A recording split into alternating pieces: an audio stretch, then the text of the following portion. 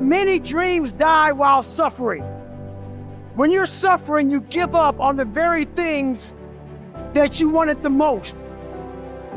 So many people out there fail, not because they don't have the ability. It's because they don't have the heart to go through adversity. Now it's the mental game. And that's where people get lost in life, get lost in that next level. So, if you take people, and I've told you this, and you expose them voluntarily to things that they are avoiding and are afraid of, that they know they need to overcome in order to meet their goals, their self-defined goals.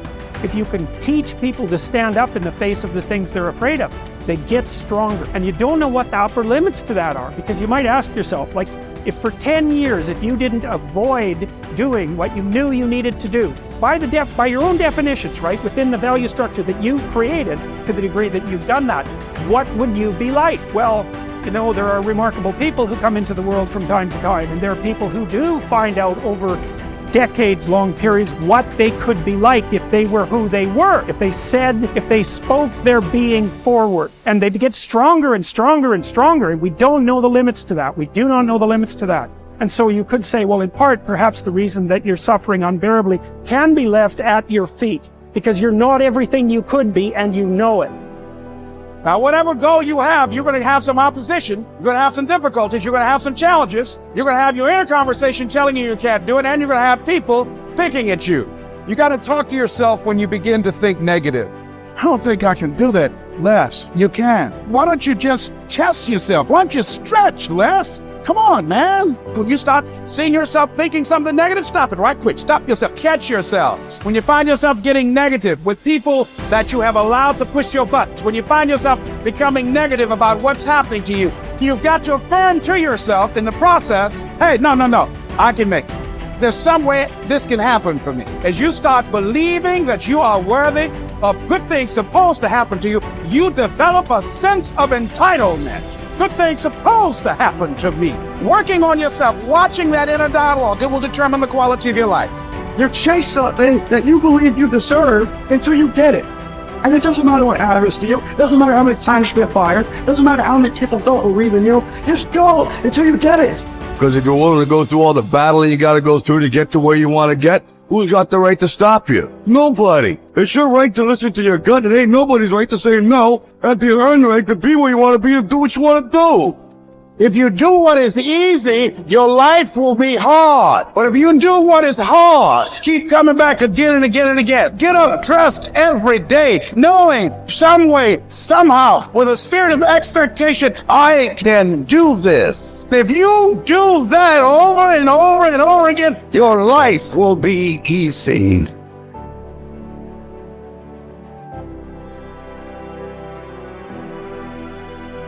I think that there is a biological imperative hardwired into the brain that you must do hard things in order to feel good about yourself. And when I think about it from an evolutionary standpoint, and this is why I think rich kids implode, they just never had to do hard things. From an evolutionary perspective, I think it was just so hard to stay alive. Like for millions of years, it really was red in tooth and claw. Like to stay alive, you were kill or be killed, you were hunting, gathering, fighting other tribes. I mean, just crazy. And the people that were going to survive were going to be the ones that got an emotional, a self-applied emotional reward for doing something hard. And when you do something hard and you recognize it, it needs to feel good. And if it does, then you will keep doing hard things, and you're the far more likely to survive than the person who's like, that sucked, there was no redeeming qualities. And so it's just like, when I think about that, because if I were to create a recipe for fulfillment, it's very simple. It's working really hard, doing hard things, to gain a set of skills that allow you to serve not only yourself, but others. That's it. That's the whole recipe. Agree. But it really has to be that you had to do something hard. If it came easily to you, it won't give you the sense of respect that you want. Like the stuff that I've gotten more easily in my life, I don't take a lot of pride in. It's always the stuff that I grind out, like through pain and suffering, and I endure. In fact, I want to read you a quote. This is one of my all-time favorite quotes.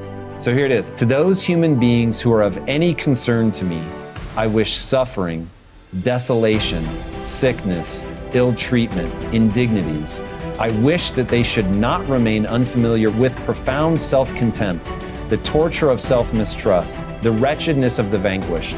I have no pity for them, because I wish them the only thing that can prove today whether one is worth anything or not. That one endures. We are all chained to fortune. The chain of one is made of gold and wide, while that of another is short and rusty.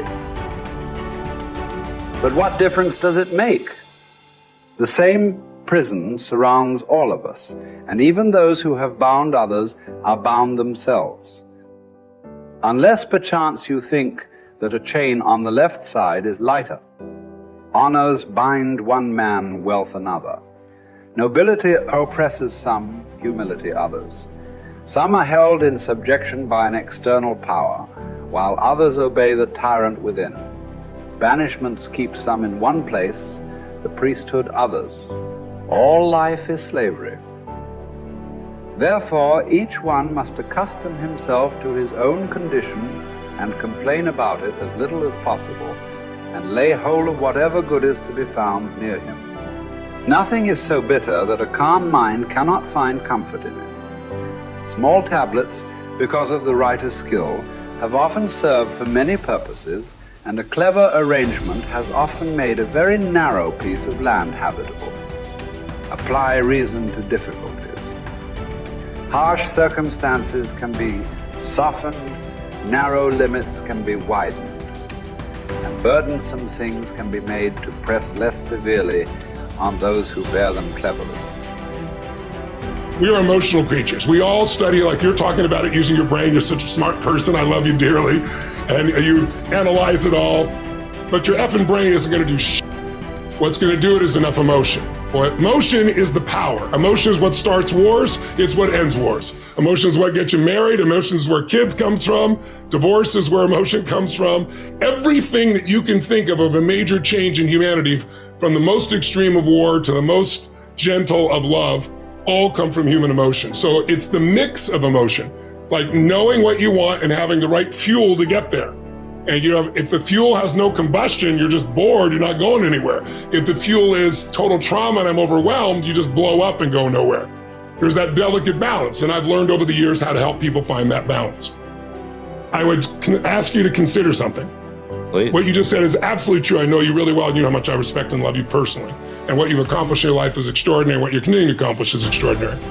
But there's an emotional inflection that made you use those things in those moments. It wasn't just those understandings. The emotion made you find the answers, brother. And then you have a really smart mind, you found the answers, figured out how to use it. But there were inflection moments that made you do it. There's a reason why you left your company after building it to $1 billion. It wasn't intellectual. It's emotions. So, but you have developed your mind so much, it's like your right arm, your bicep is really strong, your left one, not quite as much. And I'm inviting you to consider that your left one is your more powerful one, and you've used it in key moments. But it's very protective to use the mind, because we're all afraid to feel a little too much. So the more I can understand it, I put it out here, I can analyze it, I don't have to be in it. But the truth is, where the real impact is when there's enough emotion that gets you to apply the things that you understand intellectually, right? Or find the answer that you didn't even have the answers. You found the answers intellectually because the emotion drove you. So it's really studying what creates that emotion that makes the difference in anybody's life. That's where everything begins and ends, is with emotion. And yet our society is all about up here. In Chinese medicine, it's all about the heart, right? That's considered the center. Right? In America, we think it's the brain. Now, when you first are born, your heart starts beating. That's how we know you're alive, and there is no brain yet. And this literally is the initial sense of intelligence. That's why, for thousands of years, even poets have talked about the power of the heart.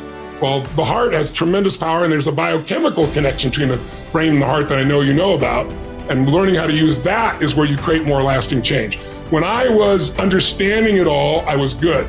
When I learned how to move people, I got great at what I was doing.